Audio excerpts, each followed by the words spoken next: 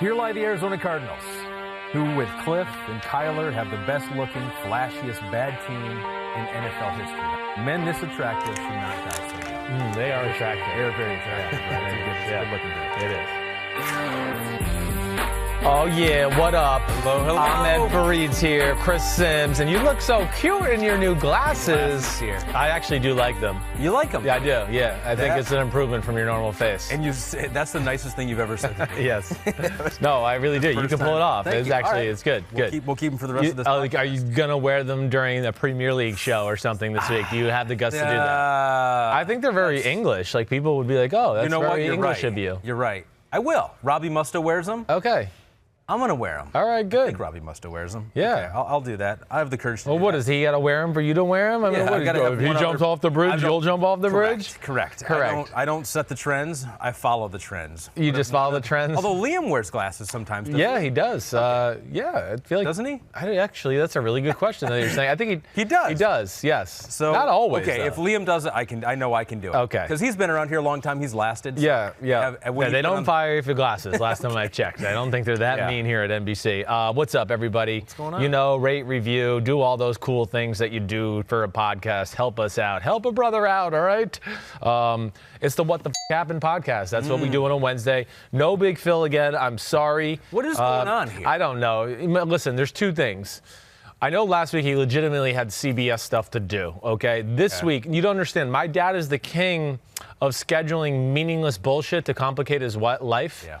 Where I'll be like, Mom, what's Dad? Oh, I don't know. He's committed to go over and watch some 7-year-old he doesn't know at all. And his father asked him if he can come watch, and he's going. And I want to be like, oh, that's great. He hasn't seen his grandson play a game of anything yet, but he's going over there to watch him. The person wanted his time, Yes. and he said yes. Right, exactly right. So, yes, I don't know where he is. Okay, And so when I asked him if he could do it today, I know he had random bullshit scheduled because he couldn't really get. I got a lot to do. I got something here and something there. I got one of those answers, which means he doesn't want to tell me exactly what he committed to because he knows I'm going to go, Dad, are you serious? Like you're going to do that, and complicate your life? Right. You know, he's the king of that. So either Maybe, way, no. What? It could be Christmas shopping. That is absolutely not happening. Okay. Absolutely not. No way. Okay, not at all. My dad's also the type of dad. Just while we're on this subject for Christmas, that we had a number of Christmas days where he decided to pay the bills on Christmas. Like, you open the Christmas presents in the morning and you have a little Christmas breakfast. Right. And then all of a sudden he decides he wants to check up on what my mom spent during that day to where it became like contentious. Kind of contentious. Like, Diana, you did this. And we're like, Dad, are you fucking kidding me? It's Christmas. Like the toys you're playing with, you're hearing about how much they all it's cost. Christmas. Shut up. Like he's and so that's that. All right, you got me off tangent now. See, you got me mad at my this dad. is part of the reason why maybe he's not showing up here. Maybe there's a little tension He's going not on knowing. here. He wouldn't know. He wouldn't listen to this either. So, all right, everybody. Here we go. We got some things going on today. You're pulling out this trust tree. Yeah, we have a trust tree. Trust tree. We're going into the trust tree. We got Requiem for a Team. I like it. You haven't seen the movie, but you're doing a play on words about Requiem for a Dream. Every team that has been eliminated, I'm going to send them off properly. How they should be. Bury them properly. Bury them properly. With some sort of a pun or a roast or something. Okay, I like that. And you're funny, so that'll be good. And then as I burp into the microphone, let's get into it. We're going to hit, Baltimore, Buffalo. I'll just give everybody a preview there. Denver, Houston, Rams, Seahawks, and then we'll get into trust tree and all that stuff. So let's do it. So I think the Ravens, if we start with what the F happened here with the Ravens and Bills, I think there's a lot of things that we could get into here. Sure. But I think most interesting is, did the Bills, the Bills have one of the best defenses in the NFL. That's where you start that conversation. Exactly right. So they're good. And they're going to be able to do things to Lamar that other teams can't do just because of personnel and scheme and coaching. 100%. Thank you. You have to justify. People always go like, did they crack the code? Well, yeah, but most people can't coach like Sean McDermott or coach like a Bill Belichick to crack the code that way. So before we get into kind of what they did and what they can do to crack the code, and if you have the team of the Bills, you can maybe do it. what about the big play for the Ravens? We had Lamar to Hayden Hurst, the 61-yard touchdown. Yes.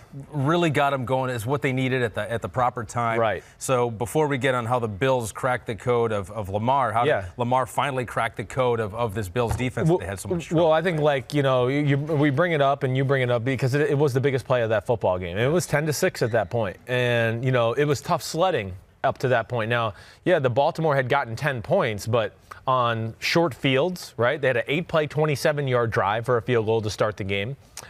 They had a 5-play, 24-yard drive after a strip sack fumble to score a touchdown.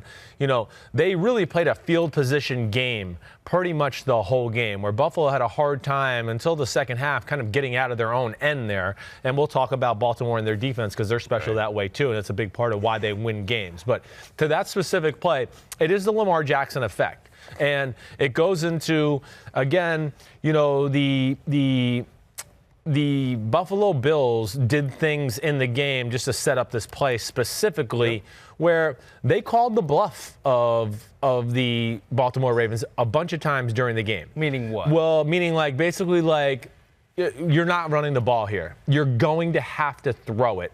This look is going to be so absurd to stop the run that you're stupid to even try to run the ball into this, and you better throw it. And they did that. And I do think that's what teams need to do playing Baltimore as is anyway. Force their hand a little bit. You can't just sit back and we're going to kind of try to stop the run and also kind of try to stop the pass too. So you're saying most of the game that the Bills were able to, keep the Baltimore Ravens passing attack in check even while selling out for the run. They definitely were. And this goes into Sean McDermott too, because he's a master of breaking down pass games and tendencies and what you do in certain formations. And with this one too, specifically, there's a little bunch right. It's 1st and 10 on the 39-yard line. Mm-hmm. And this is what I also noticed. On first downs, Buffalo was really calling Baltimore's bluff.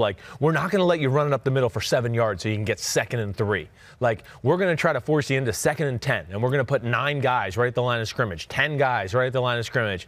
And, if you get yards, good for you. But they were trying to force them into having at least some passing situations where it's 2nd and 10, 2nd and 12, something like that, right? So it's a first down. It's at the 39-yard line. And Buffalo's in one of those, kind of absurd stop-the-run sets. And it's a bunch right to the right with 2 tight ends, Nick Boyle. The point man is Hayden Hurst, right? The guy who scores the touchdown. And on the outside of that bunch to our right is Hollywood Brown. He's out there, okay? And there's no safety in the middle of the field because they got people all committed down to the run. And on the left side, there's a receiver split out to the left or a tight end split to the left. I can't remember either way. But there's another corner over there as well. But nobody in the deep middle, no 2 safeties, no single safety, nothing. Everybody's by the line of scrimmage. So Lamar says set hut, and they run a concept that they run a lot, which is 3 verticals, whether it's at a bunch or any 3 receivers to one side. And just to paint the picture for everybody, 3 verticals, when you have 3 guys to one side, one runs almost like a deep cross. Mm-hmm. That's the first vertical. The second vertical's kind of like a seam route, and then the third one on the outside is just like a true go route on the right side. You drew this up exactly like what the Chiefs have done a lot. 100%. That's exactly what it is. They overdo it. They overdo it, right. And this is a go-to thing for Baltimore, too, and it's great because it attacks you, and when you have 2 tight ends and run the ball the way they do, it forces teams' hands. So either way, set hut, Lamar gets the ball, and really what really happens here in that bunch set that we talked about, and let's specifically talk about the 2 tight ends, Hayden Hurst, the point guy, and then the inside guy in the bunch, Nick Boyle, they are being played by Micah Hyde and Jordan Poyer. And they're basically playing combo, combo or in and out, if you want to say it this way in NFL terms, which would mean yes, we're playing man-to-man, but we're not going to get crossed up and run into each other. Yeah. So they play it hey, you got the first guy who comes inside, and then I'll take the next guy, right? So now that kind of goes about. Well, Hayden Hurst being the point guy in that bunch, he goes directly inside right away. Right up a deep cross or a post route right up the middle. Anybody just highlight the play, look at the play Lamar throws. It's an inside vertical route. And Jordan Poyer, who thinks he's going to have Nick Boyle, the inside man of the bunch, right? He's going, I got him, man. I got him, man. He, peeks in the backfield at a little bit of a run fake, so that makes him pause. And then he tries to come back and look at his guy, but now they've switched. where Hayden Hurst came inside, and Nick Boyle now is taking Hayden Hurst's spot to where Micah Hyde's going to cover him. And by the time he kind of reacts, it's too late. Hayden Hurst is gone. Hayden Hurst was a first-round pick in the NFL draft. He was picked before Lamar Jackson. I think he was like the 22nd pick. I'm not exactly sure. Somewhere in there. But he's a first-round pick because he's a legit talent. Like, he can run high 4.5s. He's just as fast as Micah Hyde or Jordan Poyer. And because of that just little misstep and mix-up right there, that led to him being wide open down the middle of the field. Lamar threw a great ball right on target to where he didn't have to break stride, and then he outrun everybody for the touchdown. And that was the biggest play of the game, because now you're really put in a tough spot if you're the Buffalo Bills. You're at 17-6, and you go, oh, shit. Right. We kind of got to kind of throw the ball a lot to come back, and the Baltimore Ravens defense, of course, is special, and they posed a lot of problems for Buffalo in general on that side of the ball anyways. So, I mean, it's again, and we see this a lot with the Ravens, if they bust a big play, it's probably because... Do you want to stand up and show what, like, they did? You want to show? Like, let's, like, stand up, all right? So But they were peeking into the back. I mean, they're peeking into the back. I want you to be Hayden Hurst, right? Okay, And let's go this way. Like, we're going right at the gym. Like, you're there. I've never got to stand and I'm Nick Boyle on the inside of the bunch, right? So Lamar's back over here in the shotgun. Okay. You're Hayden Hurst. I'm Nick Boyle. And then Hollywood Brown's, like, right out here, right? That's the bunch set. I'm in the middle. Right. I'm and now Hurst in the middle. The two guys over here are going head-to-head against us. But they're talking to each other, and they're going, hey, you got the first guy that goes inside, I got the first guy that goes outside, right? And then the guy on the outside just playing Hollywood Brown man-to-man. He's not even involved in this. So when he says set hut, you go that way, and then I come off your back like this way and go this way. And because of that little just switcheroo right there at the line of scrimmage, the Buffalo Bills, Jordan Poyer messed it up. Just for a second. That's all it was. And because he's sitting there too, and he was like this, just peeking in the backfield a little, and he saw the little run fake, and he looked at it, took a step in, and then when he looked back, it was like, oh no, they switched, and he was gone, and he couldn't catch up. And that's all there was to it. Right. But it's the Lamar effect. It's that offense effect. And it puts you in a bind sometimes in what you want to do in the pass game because the run game is so dominant. I appreciate that. I hope you utilize me again. We will. I like that. I think that's actually a good thing. I don't know why I haven't done it before. I follow directions. It took me to week 15 to figure that out. I used to play in high school, and so I do know some concepts. Like post, I do know what that is. Yes, right. So that really was... Really one of the keys to the game. Okay, so that's how Lamar and that they expanded their lead there, and it's tough for the Bills to come back, especially the way the Ravens are playing defense. But overall, and you've kind of touched on it, selling out for the run. For the Bills is what they did. But even doing that, teams have done that to Lamar in the past. And he's still gotten his. He only had 40 yards rushing in this game. Did go over 1,000. On the year, still 23 short of Michael Vick for that single-season record. But anything more specifically that the Bills did that other teams can say, okay, maybe that's something that we can think about. Well, I do think you can call the bluff. Like I said, I don't think teams have called the bluff quite as aggressively as what Buffalo did. Because he can beat you through the air a lot of times. He can. He definitely can. And, hey, when they would play, let's say, 3 tight ends, 1 running back, 1 wide receiver, they would basically just go, hey, corner over there, you got that receiver. We're putting everybody else down at the line of scrimmage. You're going to stop the run. Like, it's all on you. If it was 2 receivers, 2 tight ends, and 1 back, they did a lot of that too. They just said, you know what? We're going to play, like, off the 2 receivers, play inside a little bit. Maybe you throw a pass on us, but you're not going to gash us up the middle for a 10-yard run and just, like, obliterate us that way. So that was one of the big things. Plus, as you've mentioned already, Buffalo has talent on defense. They're talented. I mean, they have everything on the defensive line: size, speed, versatility, depth. They have two linebackers that are freakish. Ed Oliver didn't even start. Yeah, right. Ed Oliver didn't even start because they wanted to start out with their big people in Phillips and Starlotolele. Interesting. And the 2 middle linebackers are extremely athletic. Really, all 3 of them are. Number 57, Alexander, is amazing too. So they have those 3. But the other thing too, to where, okay, call the bluff and do those things and crowd the line of scrimmage, yes. They did it more aggressively maybe than most teams in football, certainly more aggressive than the 49ers did the week before. But the other thing I would say is this, too. They were really aggressive in their movements versus the motions pre-snap. And without me getting too overly technical here, but anybody envision the Baltimore offense, right? It's blue 45, and all of a sudden the guy goes in motion. And then it's blue 45, and Now that guy that's winning motion is coming back, and it's set hut, and he fakes it to him going across the field, and then it's, whoa, he fakes it to Ingram up the middle, and then bam, he's on the edge versus, him and a lead blocker on the edge, and all of a sudden it's Lamar Jackson with the ball with a lead blocker in front of him. Well, like, Buffalo was amazing. I'm going to jib it one more time, all right, John McDonald? Do you need me I don't need you for this one. But they were amazing at, like, and I can't even tell you all the calls and things they were doing. But if I'm like Tremaine Edmonds, okay, the strength of the formation was over here.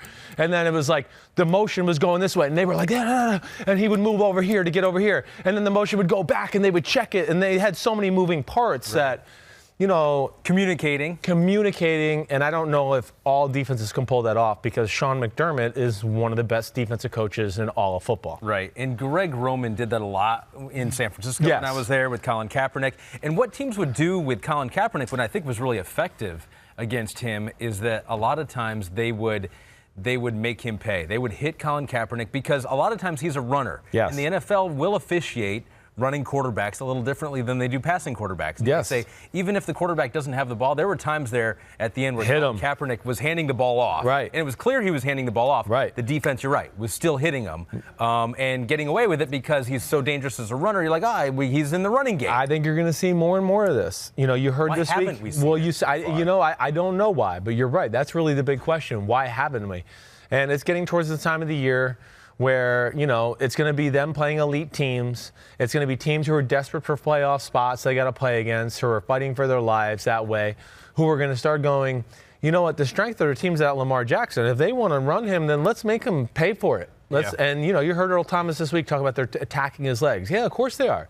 Any chance defenses are getting, coaches right now are actually they're going to tell their guys, like, hey, we're not trying to break the rules. We're not trying to hurt the guy, but we got to start making them pay. If they want to run their franchise guy 25 times or 20 times a game, then we need to make them pay for it. And I think that's what you will see.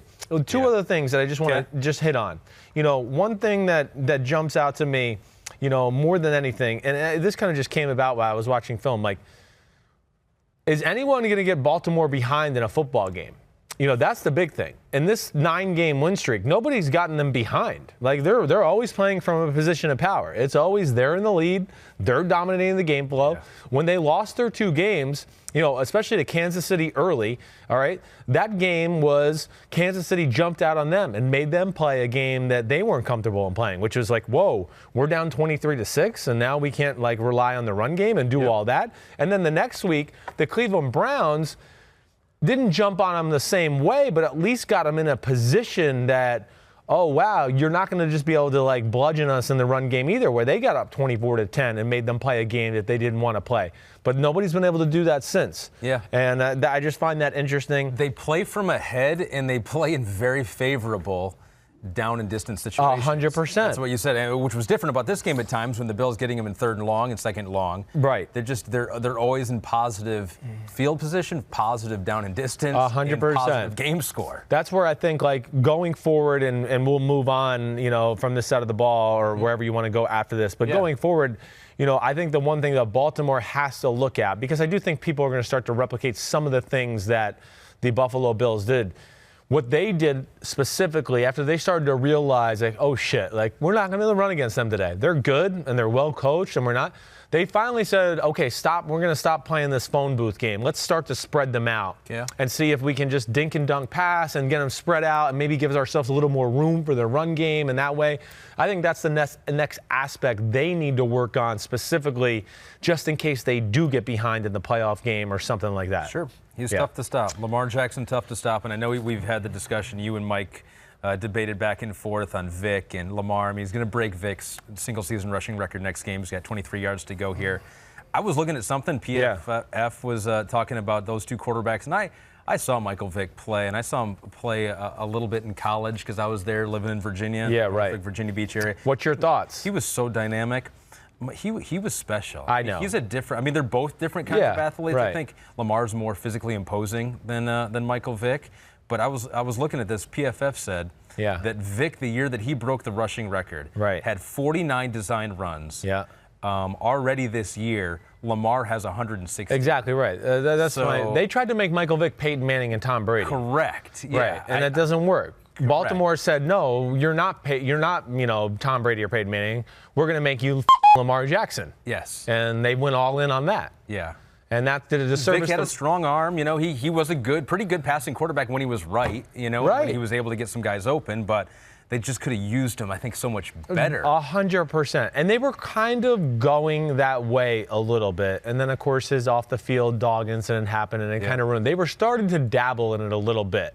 But, hey, to your point, which I think you're kind of chickening out and not saying right now, like Michael Vick. I loved watching Michael Vick. I know. Michael Vick is a better athletic specimen than Lamar Jackson.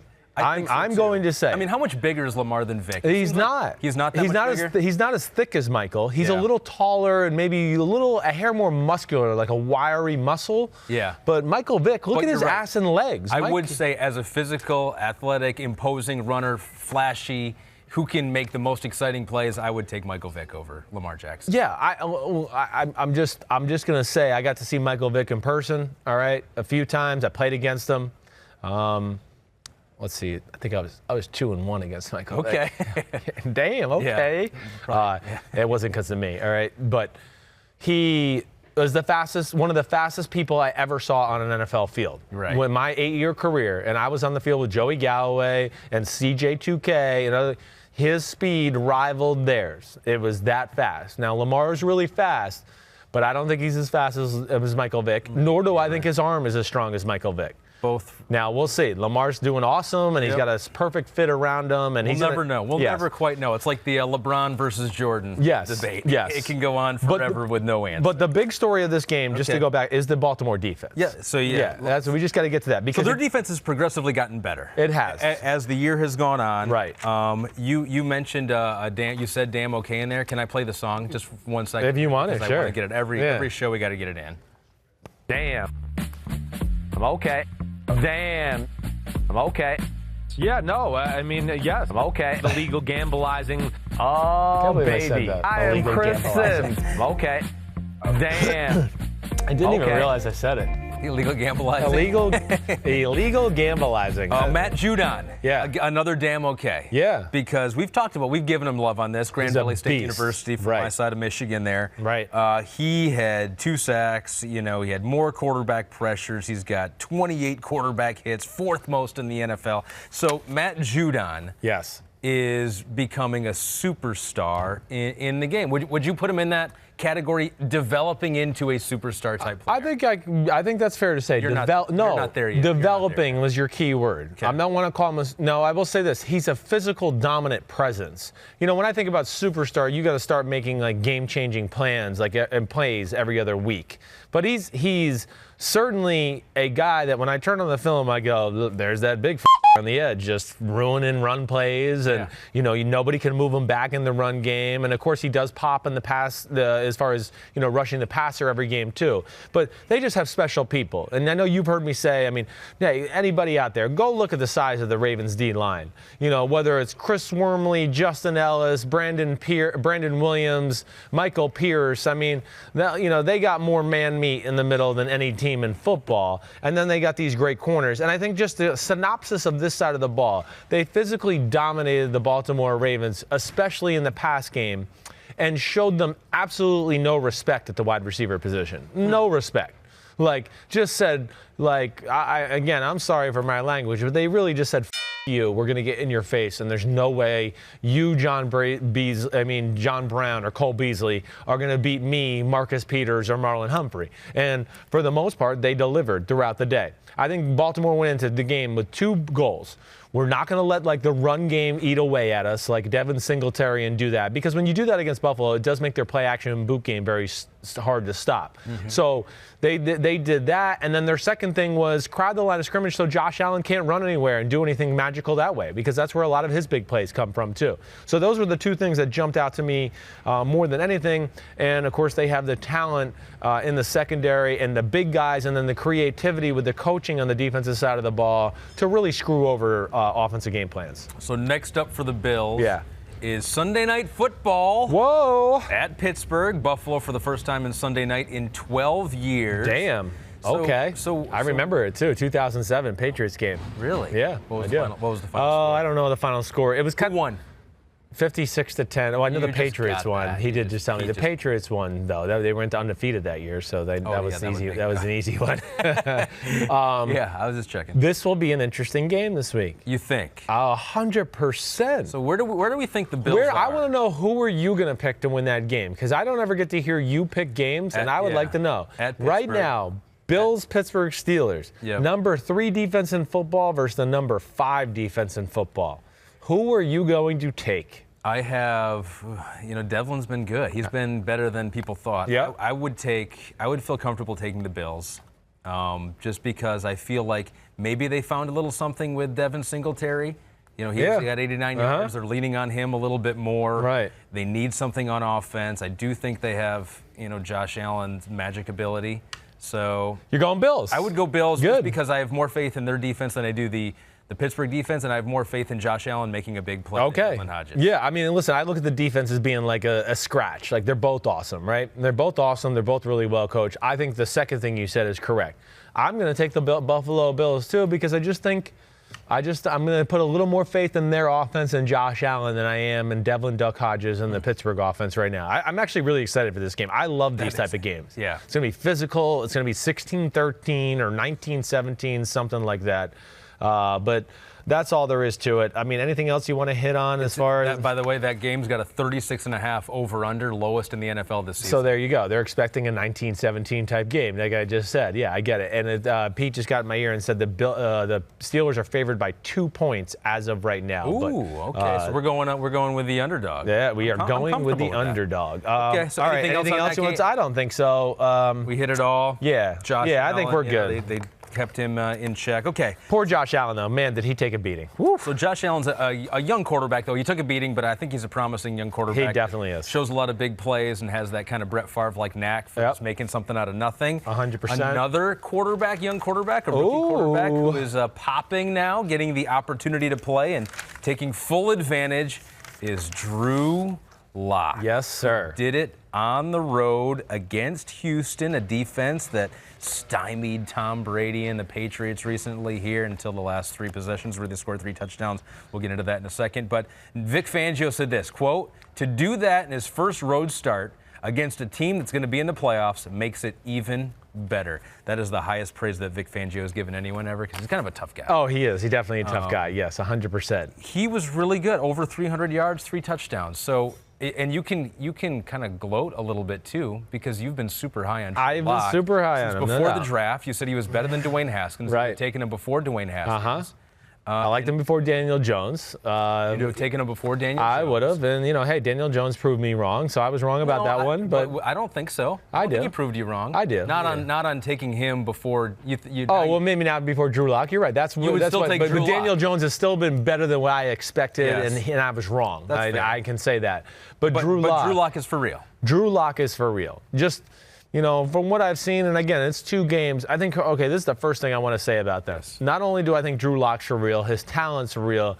So impressed with his poise in the pocket. Made so many big throws with people around him or people in his face, and he's going to kind of got to throw a big ball off his back foot or fading away, which is life in the NFL for just about every quarterback in the game, except for maybe a handful of guys that have had great pass protection or whatever else. Most everybody else, the pocket's never perfect. You got to make off rhythm type of throws, and he's very capable of that.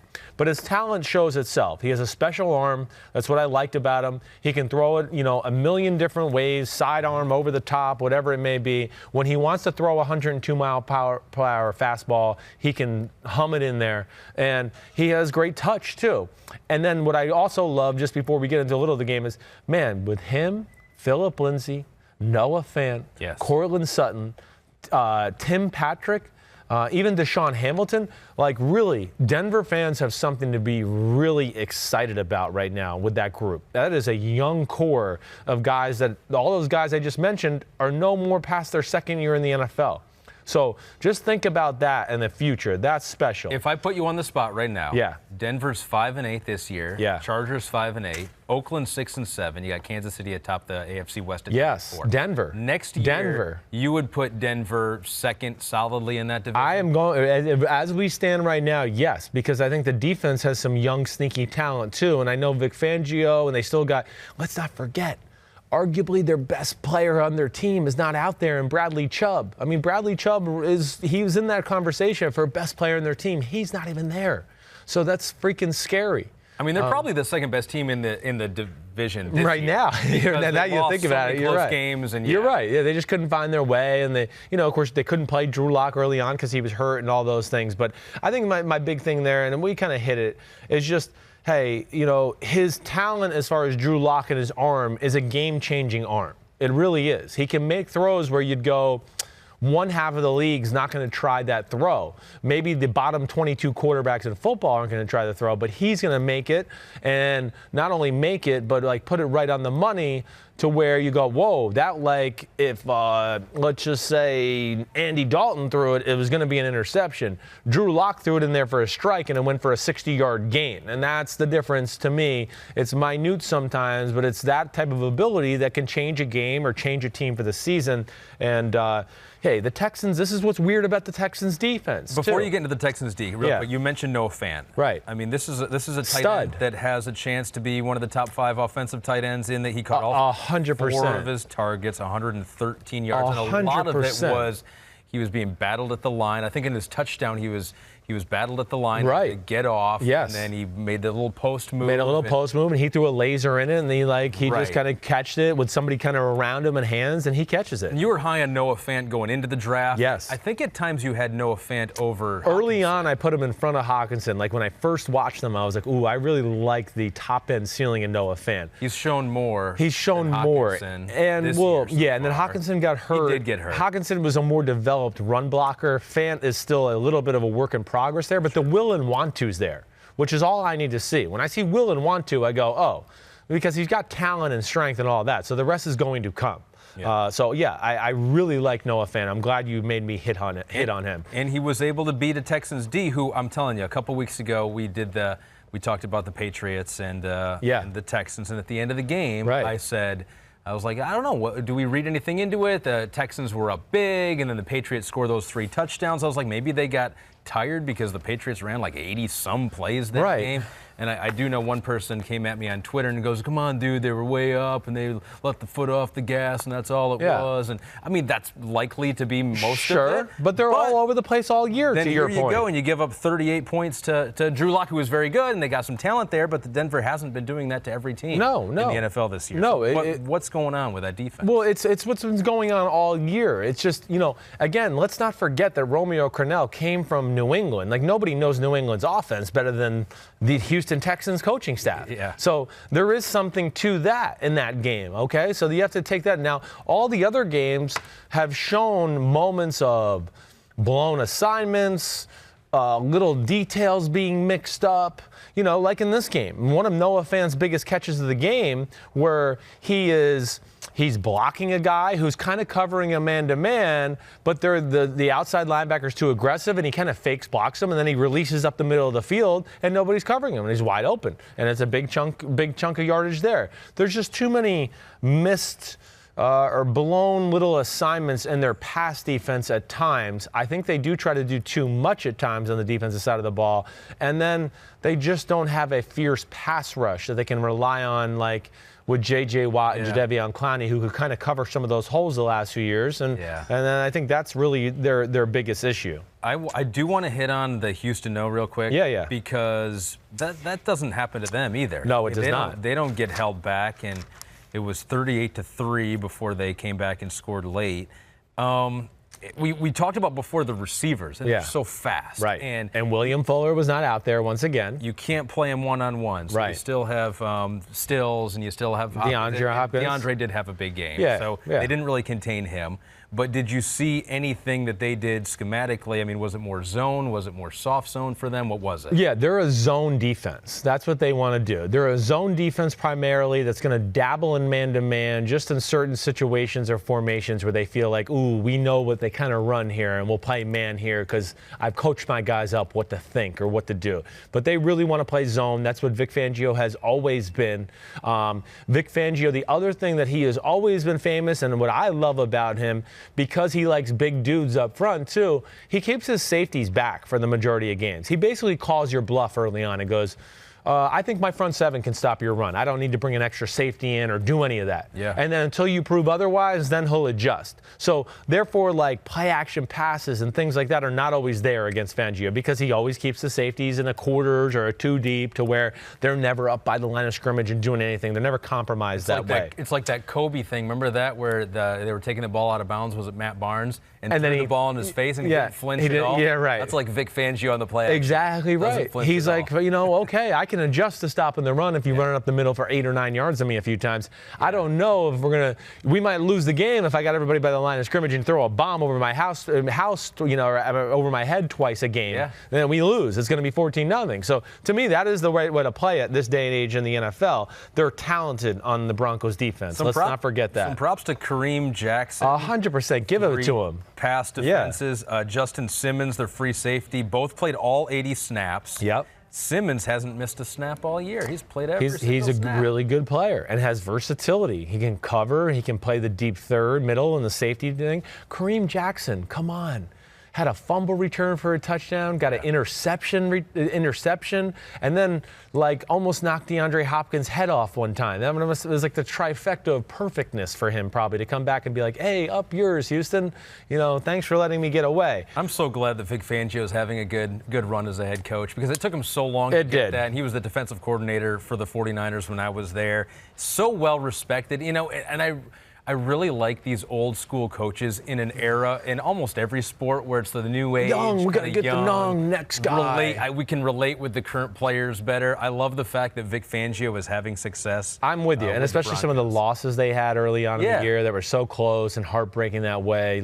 Vic's a hell of a coach. I hope he has a run of like 5 more years and they make the playoffs a couple times. I think there's a lot to look at there. Okay, and then there's the last thing I want to say. Okay. Yeah, to what you said first off, I just want to hit on that. They didn't give them one-on-one opportunities. They really didn't. That was very limited. So they came into the game and were like, they probably looked at New England a little bit and like, okay, we're not going to do that. We're not going to just let Deshaun Watson throw bombs one-on-one on a guy. And DeAndre Hopkins is the kind of guy, too, that's even when he's covered down the field, he still can catch the ball or you get a pass interference or whatever it is. So he limited those opportunities, okay? Deshaun Watson did not have his best game. I thought Deshaun reverted a little back to what I saw early in the year in the preseason where he stays on the first receiver too long. Like he thinks like, hey, all week coach said this was my first read and he was open during practice. And wait, he's not open now? What is going on? And it's like, no, he's not open. And just because you keep patting the ball doesn't mean he's going to come open. So get on to the next guy. There was some of that. And hey, really, it a lot of times we overanalyze all of this stuff in football. Not on this show, but people do outside of this show. Even me, but because I can simplify. Like I'm watching Bill Belichick and Nick Saban last night, and like Belichick, he's talking about like a lot of NFL games just come down to one play. Yeah. It might be in the middle of the fourth quarter, it might be the last play of the game, but it comes down to one play. And, we make too big of a difference, like, oh, this team is so much greater. And I'm going to be like, they're like 3 plays greater than that team. And it's not as great as we think. This is not college football where, one team has, 20 NFL players and the other team doesn't. We do fall into the trap of whichever team loses, we look at all the things that went wrong. Exactly, whichever right. team wins, we look at everything that's going right. And I fall in that trap too. It's human. But hey, the game's 7-0. The Houston Texans are driving down the field. They're in field goal territory. Coutee or Kiki Coutee or I can't say his damn name. Coutee, exactly. No, I think it's Coutee. Okay. He fumbles. They pick it up for a 70-yard touchdown. It's 14-0. Yeah. Okay. Houston gets the ball back. They go 6 and out. Yeah. Denver puts another good drive together. It's 21-0. Yeah. Okay. Now they go down the field. They kick a field goal. Denver answers with a field goal, so it's 24-23. The Texans 24-3. Excuse me. Thank you for keeping track of my math. Yeah. Texans have the ball again. Now they're driving. it becomes 4th and 2 in their own territory. They go for it because they're down by 21 in the first half. Maybe they shouldn't have, but I understand because your defense is getting torn apart, and he goes, maybe we just got to force the issue. Ball gets tipped on 4th down. Short field for the Broncos. They score another touchdown, 31-3. The game's over. Snowballed. It's over. Exactly right. It's a snowball. So that fumble return for a touchdown, I call that a Detroit Lion play because that happens once every game to them when it seems like they're actually putting something together. Right. Yeah. But yeah, and it totally changes the whole momentum. It changes the whole momentum, the structure of the game, how one coach wants to call it, how they have to call it on defense all of a sudden because you start to get desperate, so you want to force something to happen. All of those things. And like to what you're saying, it's the snowball effect. So now you got Tennessee and you have Houston atop the AFC South. Really weird. They play each other two times over the last 3 games. So they haven't played yet. They played this Sunday at Tennessee, and then week 17, they're at Houston. And in between, the Texans have at the Bucs, which is not a gimme. Of course not. With that pass defense against the Bucs, the Bucs might throw for 700 yards in that game. The Titans are at home in their week 16 game, but it is against the Saints. I know. This is amazing, this right here. And they can beat the Saints, too. So, that goes both ways. That's dangerous. I'm excited to watch both of those teams fight it out down the stretch. Tennessee's a good story. They are. Yeah, we'll hit on that in a little bit. Tannehill, but another good story. Yeah. Who I didn't know that it would be a good story like 3 or 4 weeks ago. Is the Rams. Yeah. And their offense and the resurgence of Sean McVay. We started to doubt Sean McVay. We were like, well, what he did his first few games and years. Maybe it was a little bit of the league didn't know about him. Now they found out about him and now they can stop him. Yeah. Well, maybe they can't. I mean, they still have a really good defense beating Seattle. Yes, they do. But this is a team that has been fueled the last couple games by Todd Gurley again. I think we have a graphical representation of that for our YouTube audience about Todd Gurley, and they have fed him the ball. It was his first 2 years in the league, and you see it there for the YouTube audience. 2017 through week 15 of 2018, he was getting 23 touches a game, 135 yards from scrimmage per game. Hurts his knee, comes back in the playoffs. They don't use him that much. No. 15 touches per game all the way through week 12 of this year. 15 touches per game in that span, 64 yards. Last 2 weeks, back to 24 touches a game, more than he was getting in the beginning the last couple of years, 2017, 2018. So what's going on? Is it a matter of he looks healthy and Sean McVay is like, all right, let's ride him? Or did they go, why aren't we riding him? We need to see what he has. I think they finally hit the bright light went on to what are we saving him for? I don't get it. I mean, what's the point? And this is going to sound insensitive to me, but he's not the same person he was in 2017 or 2018 before the injury. He's not, but he's still really good. He's just not the superstar he was before that knee injury to where I went, ooh, that hole there, that's a 70-yard touchdown with 2017 Todd Gurley, and now it's just a 20-yard run, all right? And there's nothing wrong with that. He's still really good and effective, like I said, but also I think the Rams realize, hey, we're paying him $14 million a year. F it, let's run him into the ground. I mean, that's why we gave him the money. Yeah. What are we saving him for? To where, I don't know, we get an extra year out of his career? So I think they came to that realization. So they have definitely gotten back to that. Plus, they just had 2 great matchups. Now, again, Sean McVay has definitely found a groove. He's changing formations a little bit more and changing personnel sets a little bit more, which I like. That was the one thing he had to do. They were a little too complacent in what they were doing. And they went through a lull. I think he went through a lull, too. Hey, they had to play the Ravens and the Steelers. And, I mean, those defenses are real. What he got the last 2 weeks is the Seahawks, who, everybody still thinks the Seahawks are like the 2013 Seahawks. And I just got to remind everybody, the Seahawks are the 26th ranked defense in football. And I think the 49ers game where they went on this defensive explosion in that Monday Night Football game has kind of everybody thinking that defense is still real good.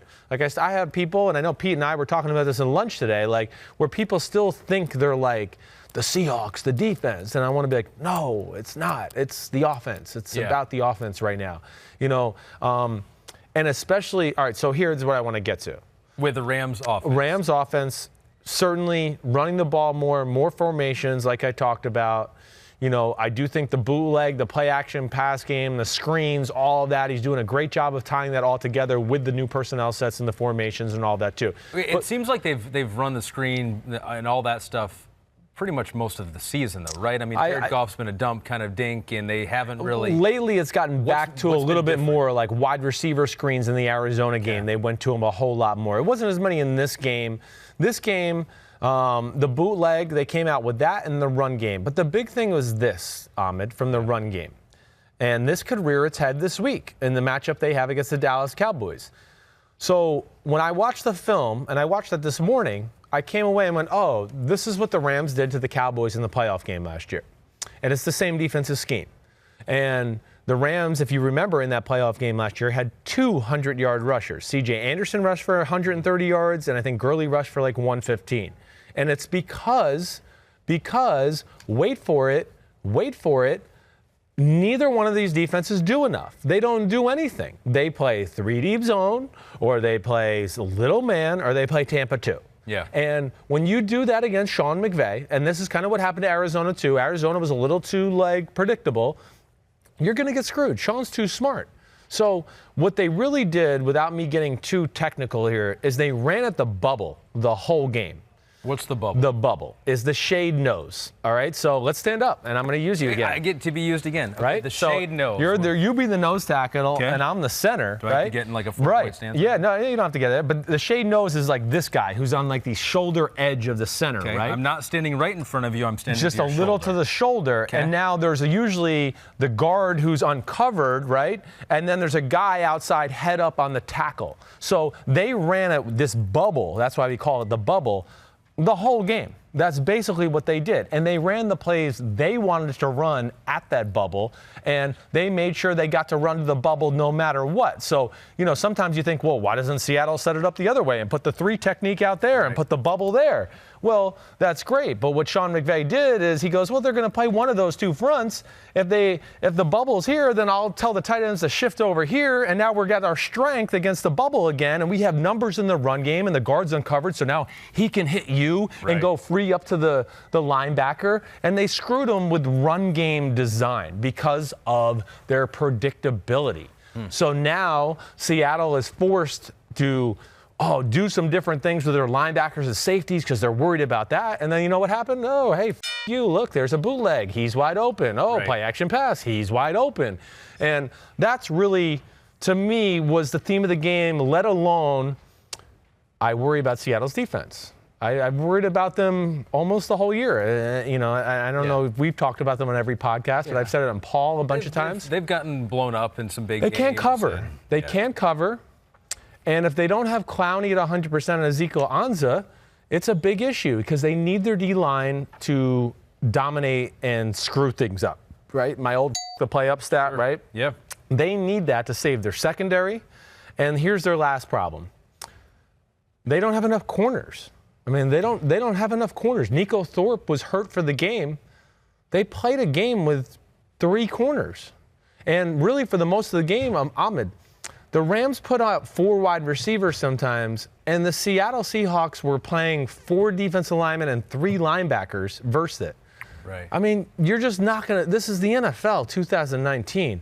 You're not going to stop Sean McVay and Jared Goff and Woods and Cooks and Cooper Kupp and Hunter Higbee with 4 down linemen and 3 linebackers versus that. That's crazy. That's insane. So you can't play them man-to-man in that set because you can't ask some linebacker to cover Robert Woods. That's not fair. So now you're playing zone. You're definitely playing zone, and you're playing Tampa 2 or 3-deep zone. Right. And Sean McVay is going to know that, and he's going to tear you up. So the Seahawks sit here at 10-3. They have flaws, and I think that they're in the lower class of the upper class. So we've seen Russell Wilson. I think that's why he's in the MVP conversation, is because that defense has had some vulnerabilities, and so they've had to throw up 40 points a game. Exactly. For them to compete, but they've still, they're still there. 10-3, but some vulnerabilities. They had 1-5 going into the game. Right. You just feel like when they face a guy like Sean McVay or a team with as solid of a defense with Aaron Donald. Right. And a diverse defense that changes things and does game plans specifically. That's the first thing I noticed when I turned on the Rams defense. You're not picking, the Rams defense versus the Seahawks offense. Like, the first thing I noticed was like, look at all these formations and different things they do on that side of the ball. They're so much different than Seattle. They give their guys a competitive schematical advantage. So you're not picking the Seahawks to go to the Super Bowl. I'm getting that. It would have to be the right matchups, and I think their defensive line would have to dominate a game to where I haven't seen them consistently do that yet. So I can't say that. No, like when I look at, the NFC, again, I think they're a pain in the ass, But do I think they're in the class of San Francisco or New Orleans?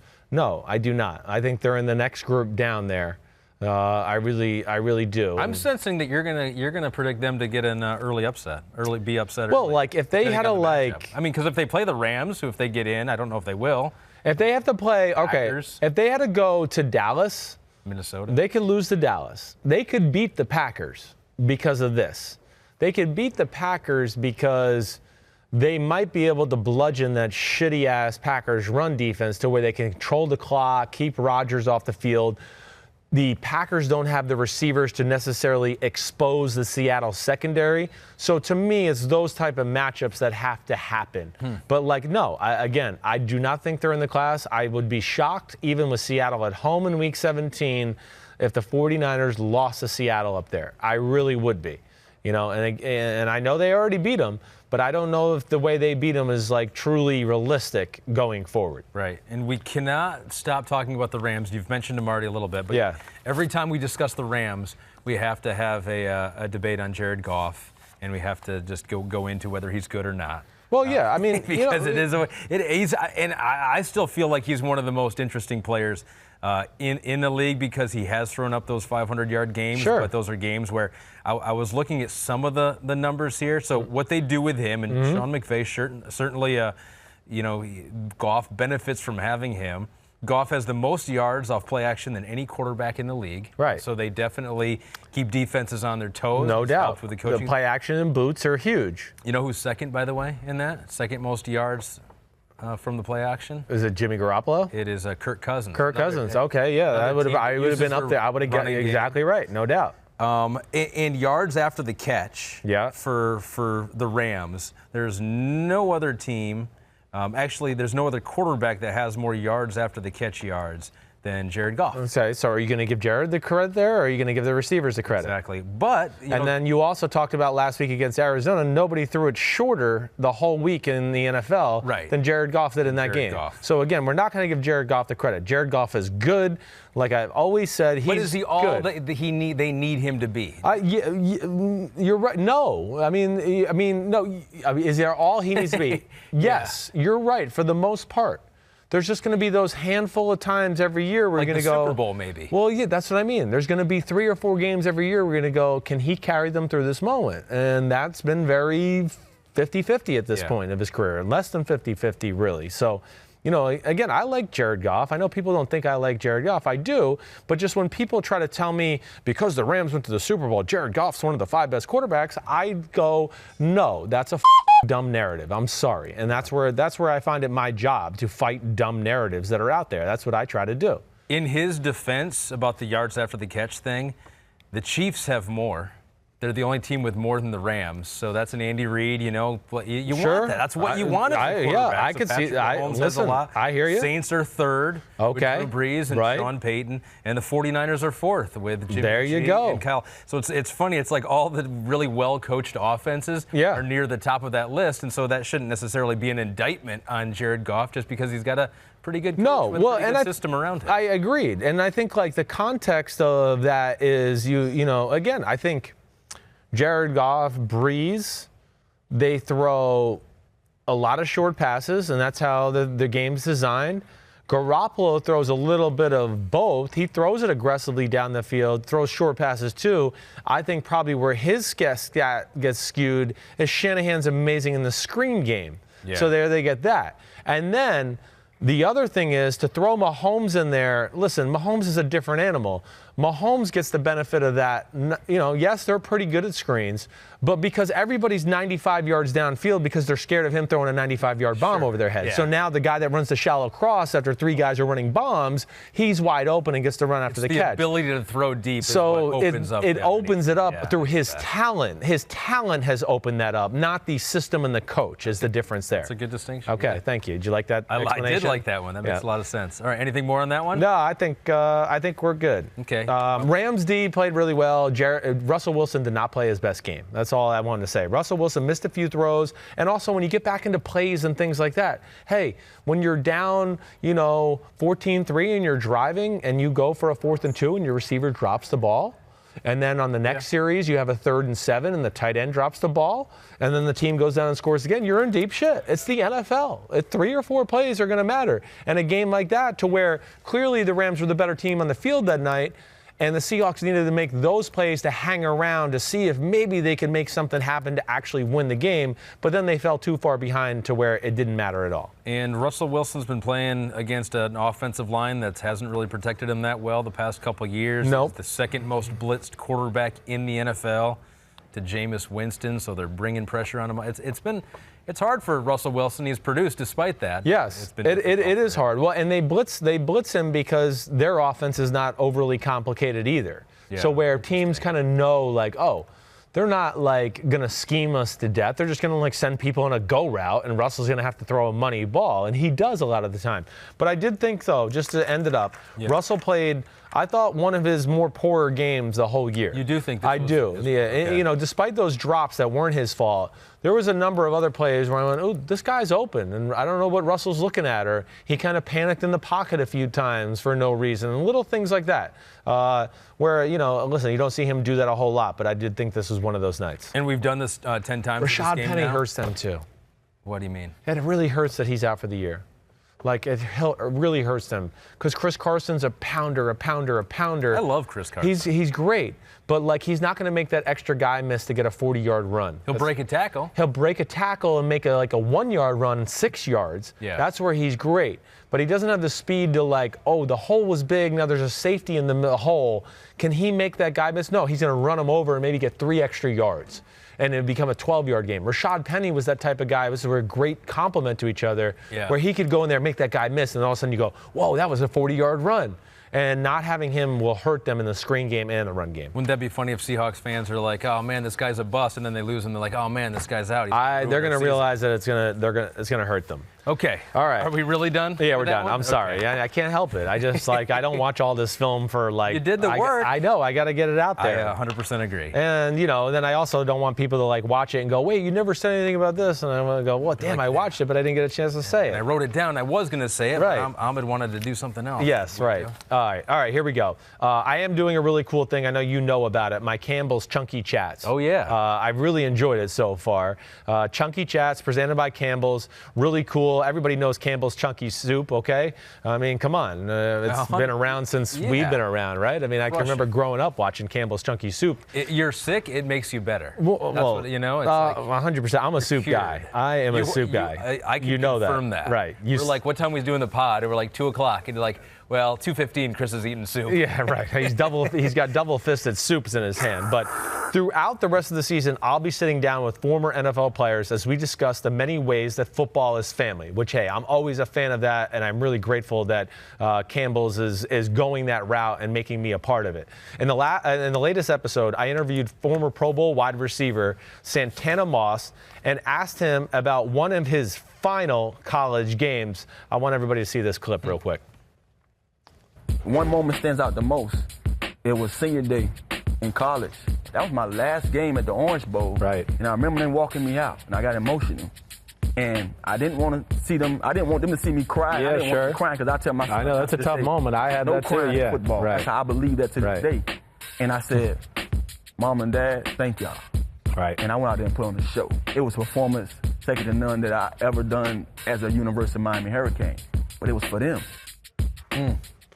That's cool. It is cool. And, of course, he had a younger brother, Sonoris Moss, who played in the NFL, too. And so, I mean, truly, football is part of his family. I love the small wide receiver with a little bit of attitude. Oh.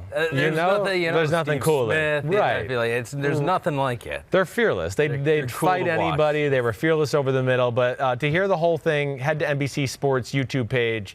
And, again, a special thanks to Campbell's, Chunky Soup, and their team for making this happen. I've really enjoyed it so far. Did another one yesterday. I'm not going to tell you who it is, but yeah. Give us the position. Wide receiver. Okay. Yeah. Can't tell you.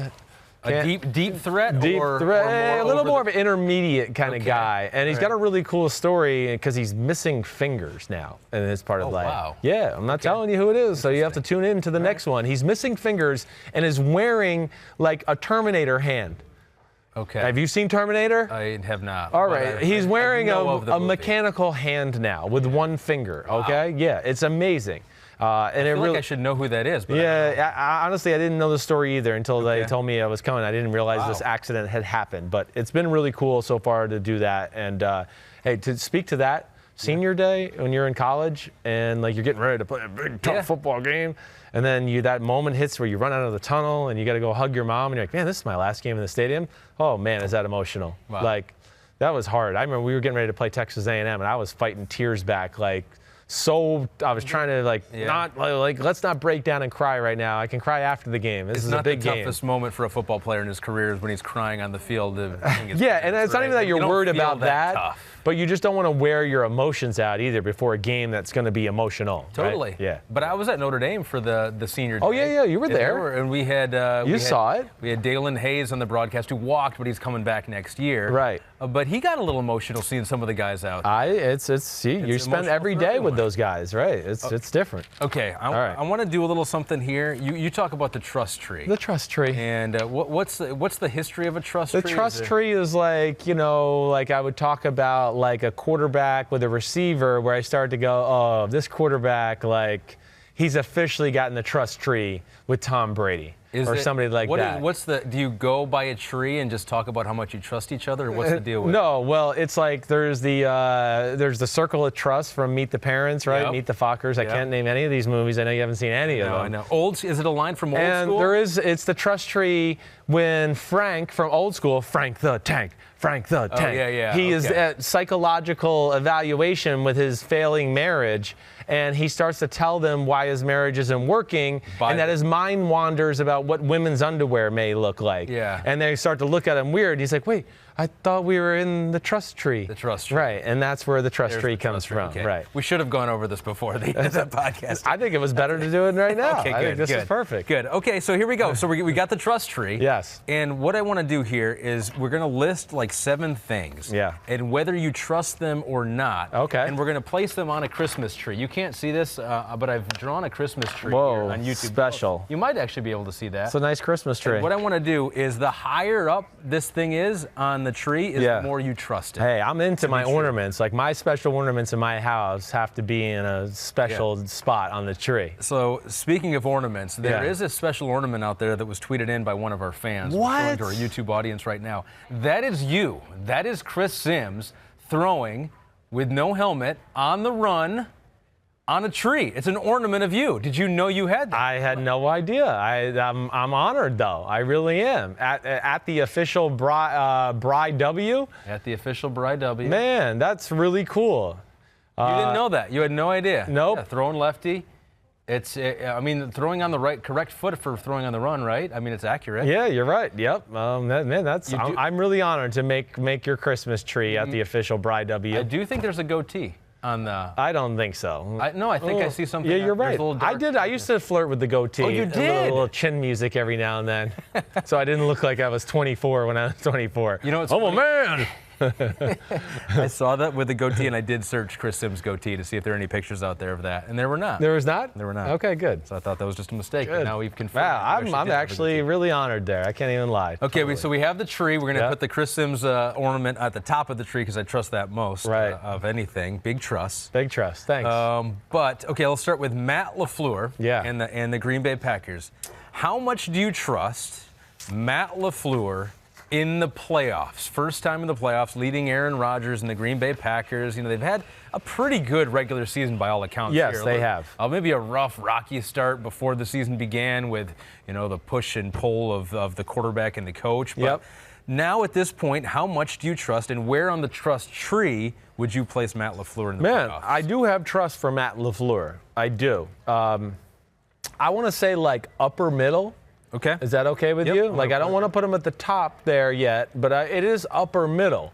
I mean, the one thing I'll say about Matt LaFleur in that offense, again, I wish they were a little more patient with the run. Like, I think they could have done that again against the Washington Redskins last week, where they got away from it a little at too many spots. But, this is where I trust him. Other than the 49ers game, the Packers come out rolling in every game. And I don't know what their stats are in the first quarter and things like that, but I would imagine they're pretty good because they overwhelm you with some new wrinkles he has in the game plan.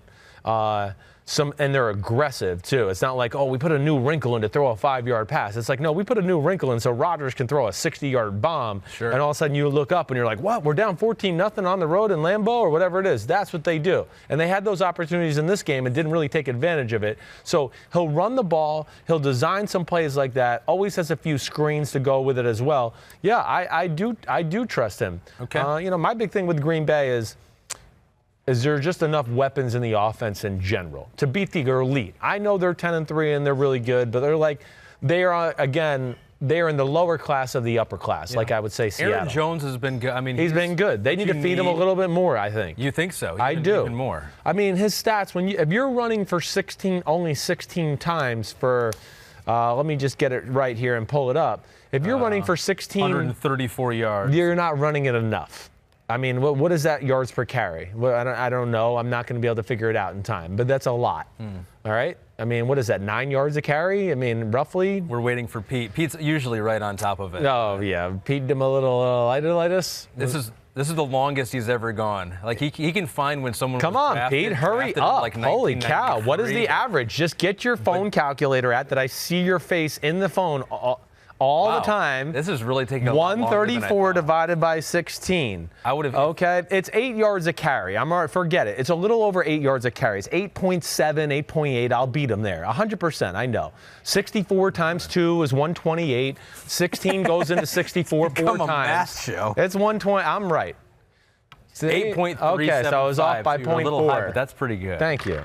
Yeah, okay, good. Thank you, Pete. If we would have set the over-under on how long it would take to get that calculation, that was way over. That was. Lost yeah, I know. I'm disappointing performance by Pete D there. Okay, so he's middle on the tree. So hold on, where's my trust tree? I just lost it. Oh no, here it is. So here's the trust middle tree. Of the tree. Matt LaFleur, and I misspelled his name there for a second, so I had to kind of. It's French. It with an F. And then I had to scratch that out. Oh, you got my Christmas tree already? Already, I know. Jeez. Okay, so number 2 on the list what an asshole. is Carson Wentz with no weapons. So we got the Eagles team, who I heard you talking to Mike Florio, and you're like, I don't even want to see them in the playoffs. I don't right now. Not exciting. I don't. You go nothing against Doug Peterson. I have a lot of respect. You have a lot of respect for Carson Wentz. You just do not want to watch them on TV right now. No. So where on the trust tree would you put Carson Wentz with his 0 weapons? With the 0 weapons, because I trust Carson Wentz. Yes. But the 0 weapons are they're towards the bottom middle. Bottom middle. Okay. Yeah, down there in that region somewhere. Right here? Okay. Yeah, that might have been a little too low, but either way, who cares? Okay, I'll put it up higher here. That's good. I like that there, yes. Because I do trust Carson Wentz. I still am a believer in Carson Wentz and his talent. I mean, anybody out there watching that game the other night, you got to see the talent the guy has. I mean, come on. There wasn't a receiver open the whole night. Every ball is like, you got to throw a rifle right here into tight coverage or we can't do anything on offense. They're a team in general, I don't want to see them in the playoffs. I'd rather see the Cowboys. But they've done that before where they've gotten into the playoffs and it's like, whoa, all of a sudden I know. Nick Foles is leading this team and they're I don't think this is one of those. I don't think the 1 year they just missed Carson Wentz, right? So the team was still amazing. Last year, when Carson Wentz was playing, the team was hurt. And then when Nick Foles got to take over, they were just getting healthy, and he got to take advantage of that. But there's no Alshon Jeffrey, no Deshaun Jackson. Zach Ertz is a real good player, but he's not a game-breaking tight end. Yeah. The running backs are good, but not great. They're going to have to tinker with their roster in the offseason, for sure. I don't want to say they don't need to, overhaul their roster, but they need to do a little remodeling. They definitely have to do some remodeling. So the Patriots have fallen on tough times here, specifically on the offensive side of the ball. How much do you trust, and where on the trust tree would you put Josh McDaniels, his ability to fix the Patriots' offense? So his ability in the final 3 games and into the playoffs to fix what is wrong with the offense, where would you put that on the trust tree? Oh, man, you know me. I have the greatest respect for Josh as for working for him and playing for him and just evaluating him in my TV career and all this, where I want to put him right around, again, he has lack of talent around him. I want to put him more So it's not an indictment on him if you put him low. It's on can he fix this current situation this year? Yeah, and I think that I would probably put it a hair lower than Matt LaFleur. Okay. So it's like that upper middle, but I'm going to put it a little lower than Matt LaFleur for 2 reasons. Tom Brady's not Aaron Rodgers at this point of his career, all right? So that's one thing. The Packers O-line is better at pass protecting than New England, so that gives an advantage there too. I think it's fair to say Aaron Jones is better than Sony Michel at this point. And, you know, Josh is working with new guys in Mohamed Sanu and N'Keal Harry. So that's where I just say Matt LaFleur in his situation gives me a little more. I'm going to give him a little bit better position in the Christmas tree than I am Josh. It's not an indictment on McDaniels, like you said. And we're very hesitant to write off the Patriots for obvious reasons because we've seen it before. I mean, we saw it last year, right? Yeah. Where at the end of the year, you said it, you were talking about Tom Brady, and Patriots fans were like, he's done. We were scared. And you were talking them off the ledge, as opposed to what seems to be happening all the time is where they're like, how can you not love him more than anyone else? It was the Patriots fans last year that thought 100%. It ain't happening this year, and then they figure it out. Yeah, I don't know if they can figure it out this year. I think that, you know, this year they're going to have to rely much more on the defense in the playoffs and things like that than they did last year. And they're good enough to maybe where they can pull that off. Pop quiz in the middle of the trust tree. Okay, pop quiz, yep.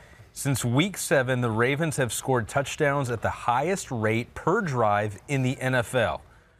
Who is second? Which team is second? Since Week 7? Since Week 7 at scoring TDs at the highest rate per drive in the NFL.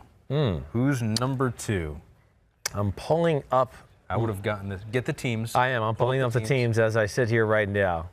I feel like I would not have gotten this. Pete says it's not the Giants. It's not the Giants. And it's per drive? Per drive. TDs per drive.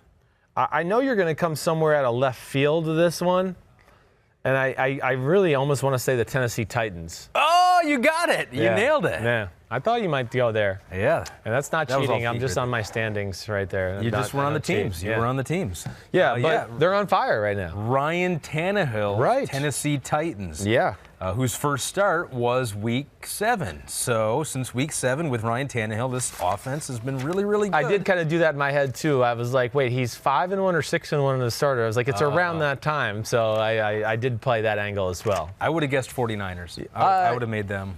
Yeah, you're right. They crossed my mind. 100% crossed my mind.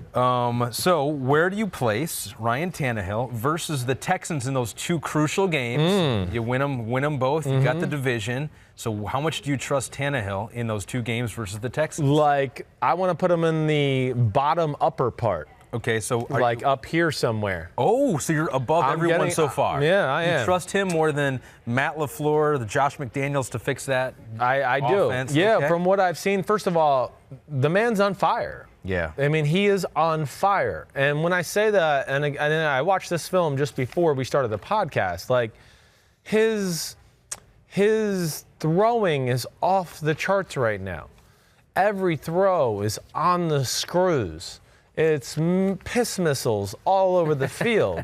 It's perfect spirals. It's, the accuracy to let guys catch the ball in full sprints where they don't have to break stride.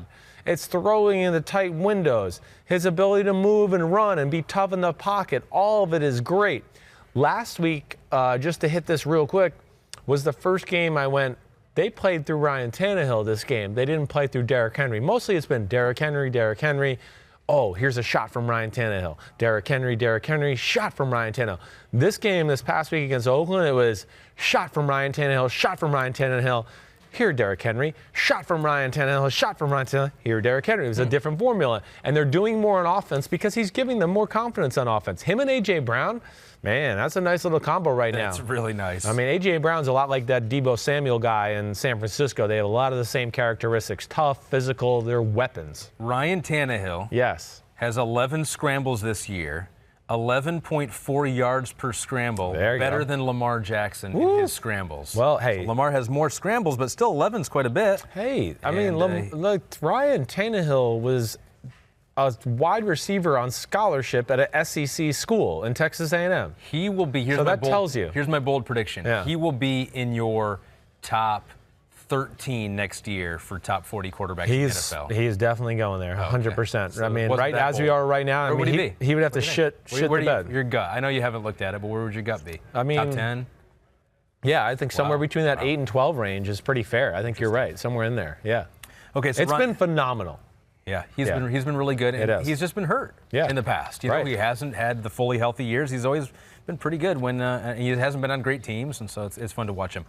Devlin Hodges versus the Bills defense. So that's what we're talking. The big Sunday night game on NBC. First time in 12 years the Bills have been on Sunday night. Devlin Hodges versus the Bills defense. How high or low on the trust tree do you put him? Oh, that's a good one. I do trust Devlin to not make stupid mistakes. Okay. Now, I don't think he's the kind of guy that's going to make a whole lot of plays either.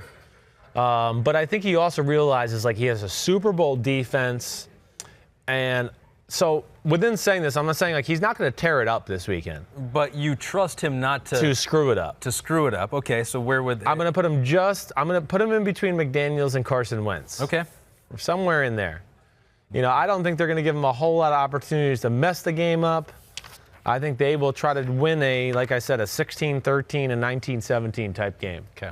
All right. So you don't trust him a ton against that defense, but who could you trust against that defense? No, right. And, hey, let's have Tom Brady down there. Well, yeah, let's not forget, I mean, last week they won 23-17, and, they had a punt return for a touchdown and a few field goals, and that's what they did. All right, final two. Yep. How much do you trust Le'Veon Bell when he says he needs to go home because he's sick? So the big story is that he was out bowling after the team sent him home. Right. Adam Gase wasn't totally pleased with that, although he said, what are we supposed to do? We can't tell him what he can do. We said he couldn't be around the team and he can do whatever. I wish he was home resting, but... So how much do you trust Le'Veon Bell when he says he's homesick? Well, this is a loaded question. One, they told him to go home, They did tell him to go home. And they told him also to start getting outside the house. And he had told them that he felt like he was good enough to play. Oh. Yeah, they told him, hey, start moving around more, get out of the house. Really? So now I don't know if going to the bowling alley and staying there till 1 p.m. or 1 a.m. is the way to go. Yeah. I wish he wouldn't have done that. Just the optics don't look good. But, man, he bowled a 251. I mean, that's pretty, That's pretty special. It may have been an indication that Le'Veon Bell is a football player. He understands it all. So you're going to trust him when he says he's sick, that he's probably not feeling good enough to play football. Yeah, and they held him out. He asked to play football. They told him no. So we're going to put him towards the top. Yeah, go ahead. I want Le'Veon Bell up there. Go ahead. Put him up there. I want a nice Le'Veon Bell ornament. Okay. And your spelling and writing it's really bad. Le'Veon Bell. Yeah, Le'Veon. But you're right, because there's a big gap there. Being healthy enough to play in an NFL football game is different than being healthy enough to bowl. Right. I'm just going to be honest with you. Well, and if he felt like he was healthy enough to play, they still felt like he might have been borderline contagious, and they just didn't want it around. Last one. How much do you trust the Raiders fans not to tear apart the black hole in their last game at the Oakland Coliseum? Oh, we could put that at the bottom of the tree then, because I don't have they're basically like, that carpet on the bottom that goes around, or we should make them like the tree holder on the bottom. They're holding the And this is a respect thing, because first off, I would do the same thing. I would definitely try to rip a chair out of the Coliseum. Take it with you. Definitely, or rip something off somewhere. The Oakland A's still have to play there, but that's okay. That's right. Yeah, the hell with them. They're not the Raiders. They're trying to move. I definitely would vandalize or do something like that. So there's our trust tree. I did not think that Ryan Tannehill would be at the top of the tree. Quick story, when I used to see pictures of myself around the facility, I used to rip them off the wall and take them home. Oh. Yeah. Why? Because I wanted a picture of myself that they put a big up in the facility. I used to rip them off the wall and take them home. Are we talking posters here? No, so they would have Josh McDaniels. Yeah. If we had even in the preseason, he would do this. If you had a good game in the preseason and played well, there would be these. I don't know, they're big plastic pictures that they could Velcro on the wall. Okay. And when it get towards the end of the week, I'd look around the facility and I'd be like, oh, that's a cool picture of me right there. And I'd go, whoosh, and I'd take it home. And you have them to this day? I do. I have them, yes. They're not hanging up anywhere. I have no memorabilia hanging up. I have all this stuff back. I have all these cool jerseys framed from ex-teammates I played with. None of it's being shown off. So people would not know that you would do this? No, I don't think anybody ever knew that. I think I may have said it publicly once, so here's the second time. So there you go. I don't know if that's crazy. A salary cap violation or not, but if it is, f*** you. Statute of limitations. They go, Chris played well. Put his picture back up. They go, we don't have it. we lost it. Gone. It's gone. Who stole it? Chris. That was fun. We should do that again. Yeah, I like that. Last thing before we go. We can only do it one more time or two more times. Christmas is only here. 2 or 3 that's weeks. true. We'll do it a different kind of tree, though. Right. Okay, so here we go. Before we go, Requiem for a team. Requiem for a team. So this is where we bid adieu to all the teams who have been officially eliminated from the playoffs, even if they have been eliminated for many, many weeks. Yeah. All right, you ready? Yeah. Oh, and here some sad music. Sad. You hear that? Bye-bye, teams. Oh, man. Okay, here we go. We'll start with the Jacksonville Jaguars. Here lie the Jacksonville Jaguars, a team that's been around for 25 years, yet has only given us 3 truly remarkable things, and 2 of them have been mustaches. That is true, right? Gardner's mustache. And who's the other one? Shad Khan, the owner. Yeah, you're right. That's a special mustache. The third thing? Yeah. Jimmy Smith. Jimmy. Really good. Yeah, really good job. Way to go. Way to go. 3 things. The Jets. Here lie the New York Jets. Wait, hold on. Bye, Jaguars. See you later. Bye, Jaguars. Sorry. Where did your defense go? I don't know. Here lie the New York Jets, a team whose most memorable moments this year were when their quarterback saw ghosts on the field and their coach saw ghosts in his introductory press conference, right? I mean, probably the 2 most memorable moments. Yes, yeah, I agree. You're right. That was some crazy eyes. That was weird. Crazy eyes, and the seeing ghost thing wasn't that bad, but it wasn't. Bye, New York Jets. Memorable. See you next year. Here lie the Los Angeles Chargers, a team so lost that half of the people in LA believe they still play in San Diego, and the other half just wish they still played in San Diego. That might be true. Sorry, Los Angeles, sorry, LA. a.k.a. San Diego. Here lie the Washington Redskins, a team that drafted a quarterback whose last name is similar to the team's nickname, and now both have a very good chance of being protested out of the league in 3 years. Oh, you're I mean, it could happen. Oh, I know. It could happen. Oh, bye, Redskins. See you next year. I wonder who they're going to get a head coach. Jay Gruden, I think. Actually, he's coming back? Didn't do too bad. Yeah. Here lie the Tampa Bay Buccaneers, the most highly entertaining losing team in NFL history, whose only way to stay relevant is to lock up Jameis and shoot for the league turnover record each and every season. It's can't miss football. Oh my gosh. It's can't miss football. I'd watch every game. We'll see you next year, Jameis, and I know you'll entertain us. And finally, here lie the Carolina Panthers, a franchise whose most incredible skill is taking generational dynamic talent like Cam Newton and Christian McCaffrey and figuring out a way to fit them in to a nondescript 7-9 team. Congratulations, Carolina Panthers. How you do it year in and year out. And will we see Cam Newton back there next year? I hope so. I know, I do too. Him and McCaffrey together again with a new coach. Yeah. Yeah, I hear you. I totally hear you. I actually think there's a good chance Cam Newton can end up on the LA Chargers. I really do. Ooh, that would be cool. Yeah, they need a splash factor. That's if he's not in Carolina, I'm calling my shot. He'll be with the Chargers. And Rivers goes to the Panthers. Yeah, or I think this will be it for Rivers. I think it's 90-yard touchdown. That was kind of a low blow. It was weird. The guy helped him up after hitting him and showed sportsmanship, and then you go out of your way to yell in his ear when you're already up 24-3. And that just made it 31-3. Did you get that? Did you see the referee there? I don't know who the referee was. Yeah. But he goes, get the F out of here. Right. He was. I thought. What did he say? Say it again. Get the F out of here. Oh, did he? I don't think that's what he said. He didn't say get the F out of here. He didn't. Well, say they bleeped it out. I don't know for sure. Yeah, you're not sure. Yeah, I didn't like that. I like Phillip Rivers how he talks trash. I get it. To me, that's like hitting below the belt right there. And I think the thing that bothers me more than anything. That wasn't. It was pretty innocuous. I mean, he just said 90-yard touchdown. But you say it's below the belt because of he was helped up. He was helped up and then went out of his way to yell in his ear repeatedly. And my thing is, again, I just think this is where I think it bothers me. It's not even on Phillip Rivers. It's more that I think if the defensive player did that to the quarterback, there would have been a penalty thrown. But because it's the quarterback, they get the leeway there. That's just my thought. Are we sure that, it's like one of those things, if a tree falls in the woods, are we sure that if there was no one around Phillip Rivers, he would have done anything differently? No, I feel like Phillip Rivers that's a valid point. In an empty stadium yelling, 90-yard touchdown. Right, he'd be talking shit. You're right. He's such a red ass. He is. He definitely is. Yeah. All right, that's it. Good shit. I like Requiem for a Team. That was pretty, well done. Well written. Well written. Well, we just had, it must have been your glasses that gave you that made you smarter today. Made you look smarter. Honestly, sure. I felt like a little bit smarter today. Did you? And I felt like they say that you dress for success. You know, wear something that brings you up. Right. I dressed for Well, next time, wear some badass glasses and maybe you can muster up the word okay? All right. Thank you very much. All right. Please rate, review. You know where to get at me on Instagram or Twitter, at CSimsQB on Twitter, at Sims Unbuttoned on Instagram. Yo, you the man. Seriously. Cool. Okay, I'll see you. When are you in next week? Next Monday? Wednesday? Okay, cool. Premier League. The Premier League. I'm English. And you know what? I might have the courage to wear the glasses. All right, do it. Do it. Everybody out there, be good. Enjoy Jets-Ravens Thursday night. That should be actually semi-entertaining. I think the Jets will hang around for a little bit. Subscribe, rate, review. Peace out. We're done. I'm out of here.